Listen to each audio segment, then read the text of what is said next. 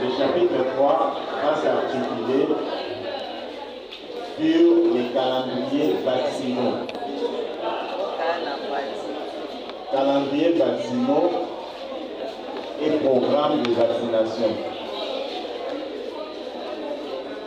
Calendrier vaccinaux et programme de vaccination.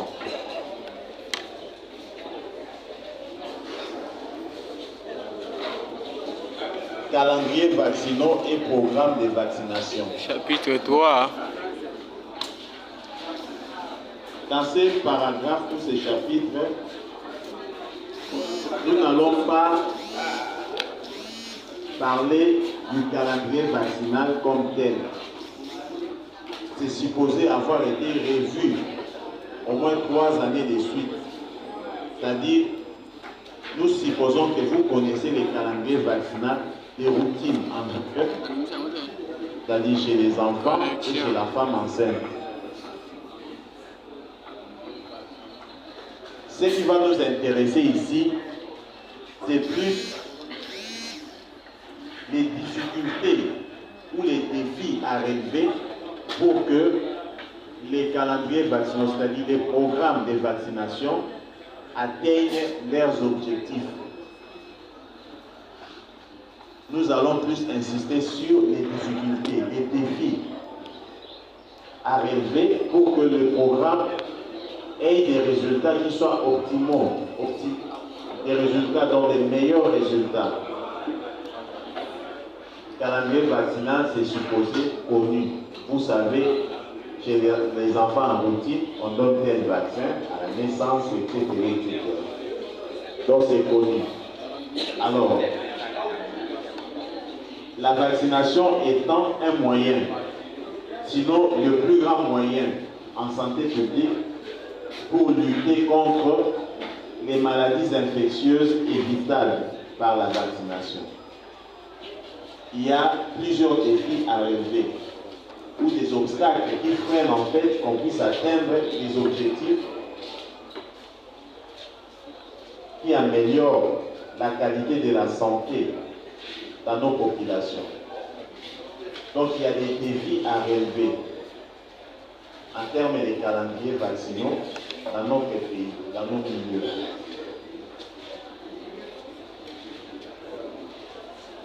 Les premiers défis, et c'est les plus importants, le premier défi à relever, ou le premier challenge, un challenge, c'est-à-dire vous êtes fixé un objectif, un challenge.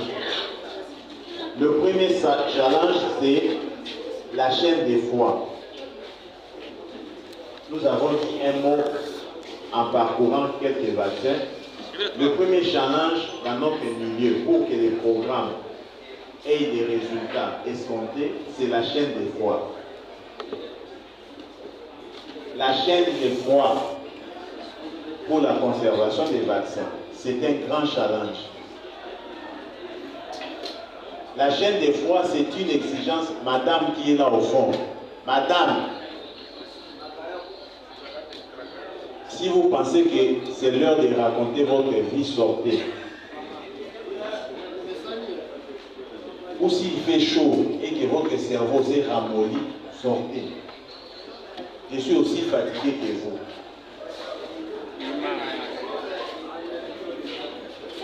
Donc, le premier défi, c'est la chaîne des foies, comme je disais.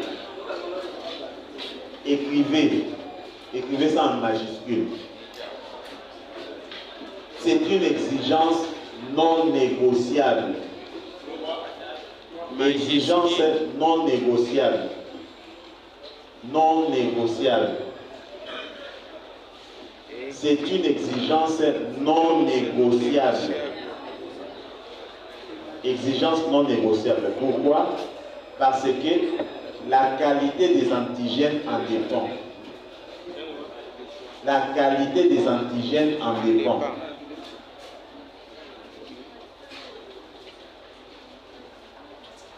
La qualité des antigènes en dépend.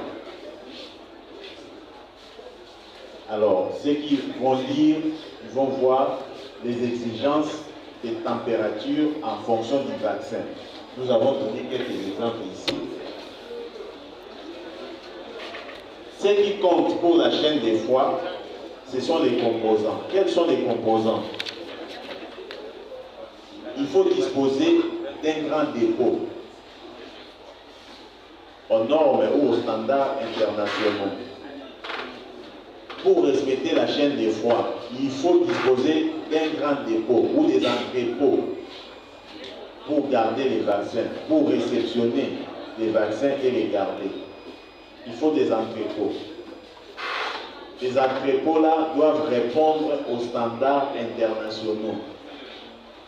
Entrepôts répondant aux standards internationaux, c'est-à-dire, ça doit avoir des chambres froides, différents compartiments, où les températures sont régulées en fonction du type de vaccin. C'est-à-dire, ça doit avoir des entrepôts, des chambres froides, où les températures sont réglées en fonction du type de vaccin. L'approvisionnement en électricité doit être ininterrompu. Ininterrompu, c'est un mot français, débrouillez-vous pour écrire. Interrompre. Ininterrompu. C'est-à-dire qu'il faut du courant en permanence. Ça, c'est la logistique principale. Ensuite, il faut disposer des moyens de transport. Il faut des moyens de transport pour déplacer les vaccins de l'entrepôt jusqu'au centre. Par exemple, de l'entrepôt jusqu'à la zone de santé. Il faut avoir des moyens de transport. C'est la logistique. Maintenant, à part les moyens de transport, il faut disposer des équipements appropriés qui vont vous permettre de transporter en gardant les températures dans les conditions acceptables. Ça veut dire qu'il faut avoir des glacières, des mini-frigos, des mini-congélateurs respectant la température requise pour les types de vaccins. Avoir évidemment des boîtes isothermes avec des thermomètres, soit incorporés ou amovibles. C'est-à-dire avoir des boîtes isothermes contenant des thermomètres, soit incorporés dans la boîte, ça vous permet de lire directement, ou soit des thermomètres est à l'intérieur, quand vous ouvrez, vous regardez la température qui s'affiche. Autre défi qui impacte sur la chaîne des foies,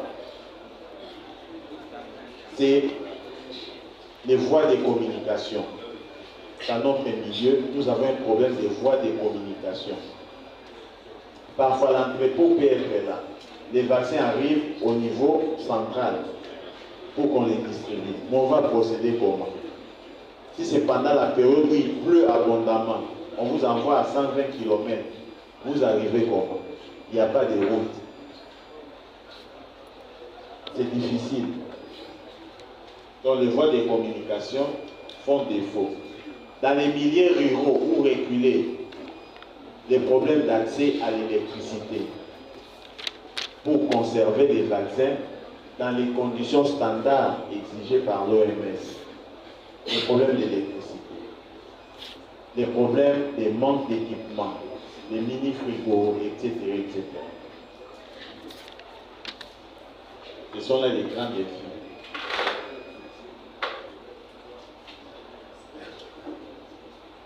Alors, lorsqu'il y a rupture, par exemple, de la chaîne des foies, suite aux divers problèmes, ça peut faire que la population n'adhère pas à votre activité de vaccination.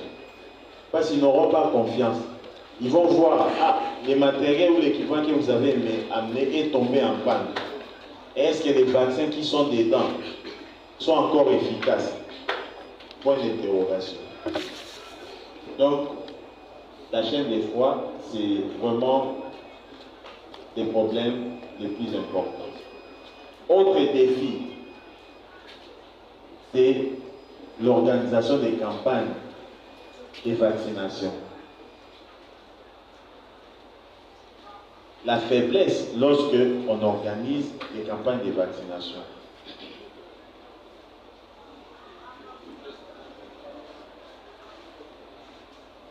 Il y a parfois des comportements de nous personnels de santé. On a parfois des comportements qui fragilisent en fait l'atteinte des objectifs. L'objectif, c'est de couvrir la grande majorité, d'atteindre une couverture vaccinale optimale pour que les maladies soient contrôlées. Mais parfois, on fait autre chose que ce qui est demandé. Je ne vais pas les dire ici. Ceux qui ont déjà travaillé dans les campagnes savent ce qu'ils font. Ils font des choses impossibles. Parfois, on vous a donné une cible. Vaccinez-nous 1000 enfants. On vous a remis les 1000 doses. Vous n'avez pas atteint la cible. Vous avez vacciné par exemple 820. Les autres flacons, les gens font quoi? Ils vont les détruire. Ils vont les détruire et ils jettent les vaccins quelque part. Pour compléter les nombres dans les fiches, ils vont cocher là-bas. C'est pour avoir les faciaux. C'est ça les comportements des Noirs, particulièrement des Noirs de notre côté. Il ne faut jamais faire ça, c'est diabolique parce que ces vaccins-là, ce n'est même pas vous qui avez acheté. On nous donne ça comme don par des pays étrangers. Mais vous faites des choses comme ça. Ce sont des choses qu'on voit. Même dans la vaccination des routines, on vous dit que pour la rougeole, atteignez telle cible. Si vous n'avez pas atteint, puisque vous avez besoin qu'on vous paye, si vous avez 15 $ ou 30 $, vous jetez les vaccins. C'est un mauvais comportement. Il ne faut jamais faire ça. Autre problème que nous avons, la qualité du personnel. La formation du personnel. C'est pourquoi nous sommes là. Et nous vous disons des choses qui sont vraies. Comme moi, Nzamba Bandel Koloba, c'est lui qui a des oreilles entendantes. Pas seulement les oreilles visibles, mais les cortex auditifs doivent enregistrer. Si le personnel n'est pas bien formé ou régulièrement formé, ce sont des comportements comme ça qu'on voit. Et parfois les gens se battent lorsqu'il y aura une campagne. On veut chercher les cousins qui est, c'est pas moi. Même à Bolomba, on l'appelle. Il doit venir, il ne connaît rien du tout. Mais on veut absolument qu'il soit là pour être impliqué dans la campagne de vaccination, pour avoir, c'est pas moi, 30 $. Ce sont des gens comme ça qui viennent sans objectif. Lui, son objectif, c'est d'avoir l'argent. Et ils vont, même si la température a été déjà dépassée, on dit qu'à telle température, les vaccins là ne donnaient pas. Lui, il va donner. Parce qu'il n'a pas été formé, il ne connaît pas. Même s'il est formé, il y a aussi la mine. Il donne. Ça, ce sont des défis que plus tard, vous devez relever. Alors, autre défi que nous avons dit ici, c'est le problème des financements. Ce qui est vrai que nous sommes encore dépendants de l'aide extérieure. Certains pays se battent, comme le Sénégal, qui fabriquent déjà leurs vaccins chez eux. Ils ont l'Institut Pasteur qui est là, avec l'appui local. Ils ont reçu un financement et puis ils ont installé un point de fabrication des vaccins. C'était à partir de Covid et ils ont implémenté, on fait aussi d'autres vaccins qu'on commence à fabriquer là-bas. Donc il faut être sérieux. Le jour où vous deviendrez responsable de quelque part, même d'un centre de santé, soyez sérieux. Nous, notre problème est que quand on est responsable de quelque part, on veut avoir un immeuble les mois suivants. Il faut construire une maison les mois suivants. Avec ça, les objectifs ne seront pas atteints. C'est pourquoi la plupart des maladies qu'on pouvait déjà contrôler,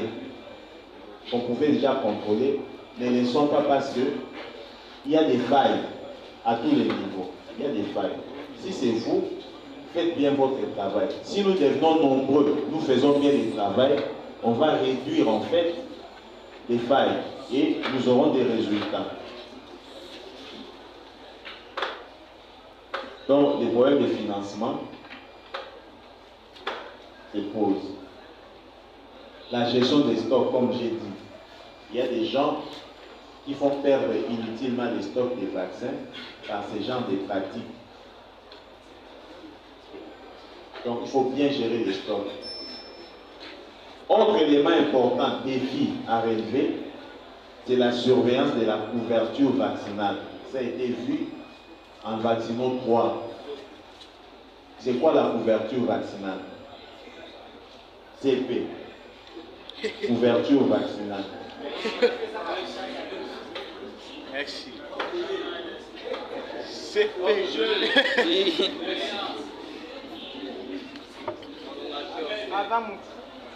Il n'est pas à moto. C'est à peu près ça, mais c'est pas bien.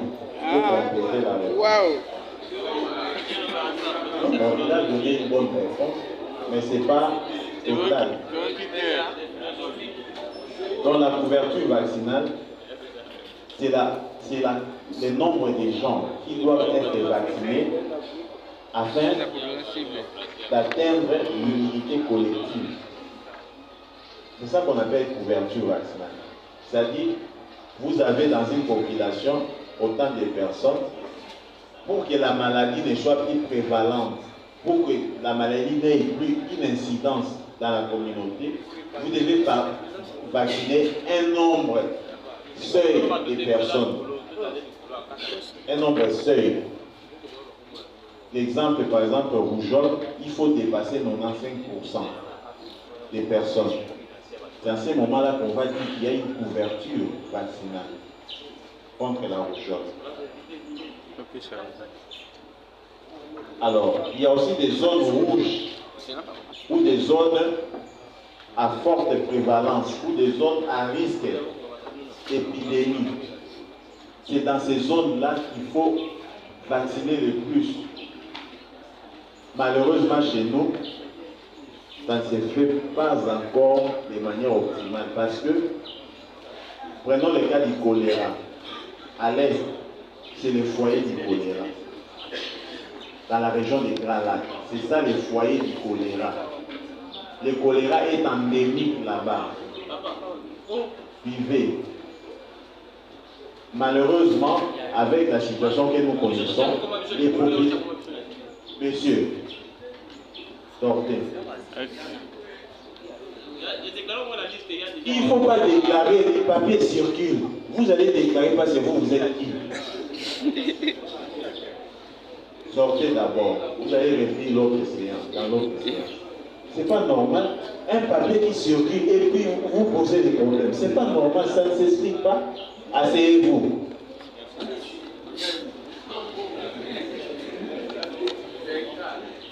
C'est comme ça que les Congolais s'entretuent. Les Congolais. Parfois pour des choses, si vous restez calme, vous vous expliquez, vous allez voir que, mais pourquoi on a fait ça? Les papiers sont en train de circuler, restez calme. Même à la fin, après, vous allez écrire. Donc vous voulez créer un incident. Antigène des surfaces. Épitope. Non. Nous, les professeurs nous disaient ça. En fait, ce n'est pas une injure, mais c'est pour vous rappeler. Quand vous allez vous rappeler, les jours où on m'a dit que j'étais épitope, épitope reste. Et puis tu vas devenir fort en vaccinant. Donc je disais que les zones rouges, choléra, c'est l'Est. Mais la difficulté de vacciner, c'est le mouvement des populations. Les gens sont en errance. Comment vous allez organiser la campagne de vaccination? Madame en rouge, sortez. Vous sortez. Vous qui avez les sachets en main, allez, pousse. Sortez. On vient de faire une remarque il n'y a même pas une minute. Elle répond. C'est grave. Vous êtes en premier doctorat. Est-ce que vous comprenez ça veut dire quoi? Sortez. Donc, pour l'Est, je disais, l'exemple, je ne finis pas pour m'occuper des choses inutiles. C'est-à-dire, on devrait organiser des grandes campagnes de vaccination et une intervention massive. Malheureusement, la population est en errance. C'est-à-dire, vous avez des difficultés de circonscrire les gens. C'est une zone rouge pour le choléra et d'autres maladies. Malheureusement, un deuxième problème, c'est que les gens qui sont en errance vivent dans des camps. Dans les camps, les conditions hygiéniques ne sont pas là. Ce qui renforce encore la présence de la maladie. Vous comprenez? Donc, même si vous tentez de vacciner, l'action vaccinale ou bien la campagne de vaccination n'aura pas vraiment de résultats parce que les personnes qui sont dans un camp, lorsque vous vaccinez, s'il y a des troubles, vont se déplacer pour aller dans un autre. Là, ils vont trouver des conditions défavorables, ils sont réinfectés. Donc, pour casser la chaîne de transmission, c'est difficile.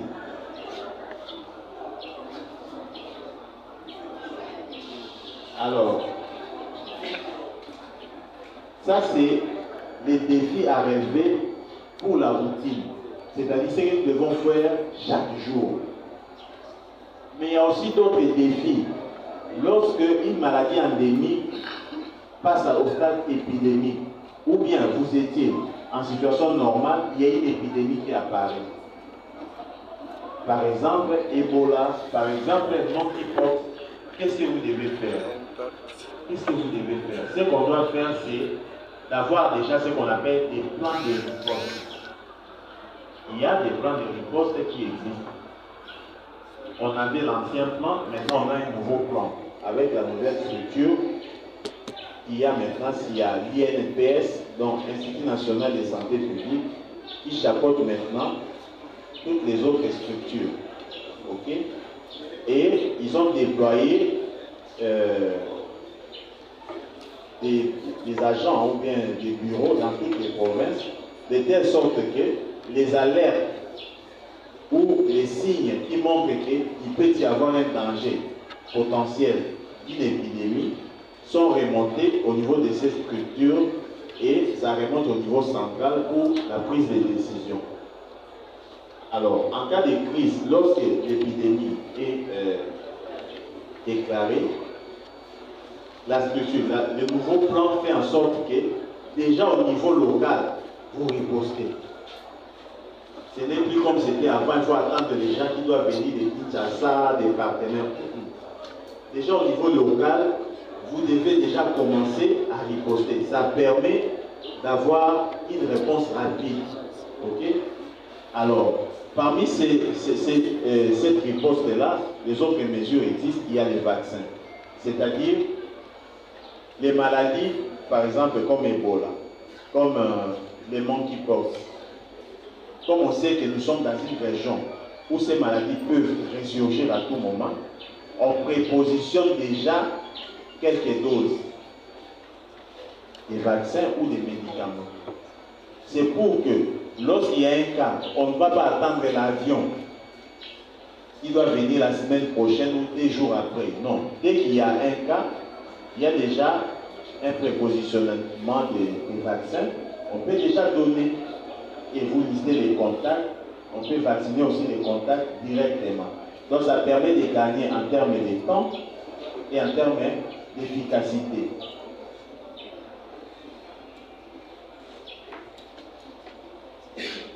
Alors, malheureusement chez nous, il y a toujours des problèmes. Même en cas d'urgence, vous allez voir, pour riposter par exemple, si vous avez un cas d'ébola, il faut combien de personnes? Pour un cas, le maximum, c'est il faut mobiliser au moins 10 à 15 personnes autour du cas. Mais chez nous, on va avoir des listes de 400 personnes qui seront dans la riposte pour qu'ils aient l'argent. C'est ça qui fait que le système n'est pas toujours efficace jusqu'à présent.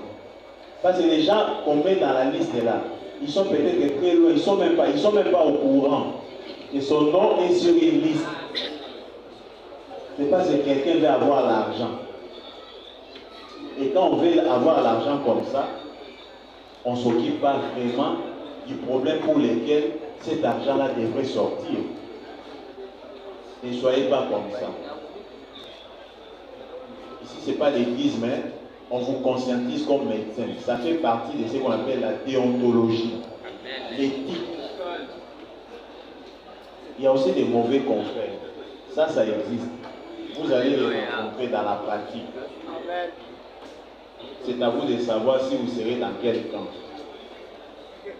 Dans les cas des bons ou des mauvais. Il y a enfin la coordination, c'est-à-dire lorsqu'il y a une épidémie ou une maladie potentiellement épidémique qui se déclenche, les pays ou la région, la province, la localité ne travaillent jamais seuls. Il y a toujours une coordination. Quand vous allez remonter l'information, les partenaires qui nous assistent sont toujours là pour appuyer. Parfois cet appui-là, quelqu'un prend. Il prend d'abord, il vérifie ce combien, il prend sa part, et puis il vous donne ce qui reste. Il ne faut pas être les gens de quelqu'un comme ça. Ce qui est destiné à la riposte, c'est à la riposte. Votre Dieu, vous aurez ce que vous devez avoir. Il ne faut pas couper.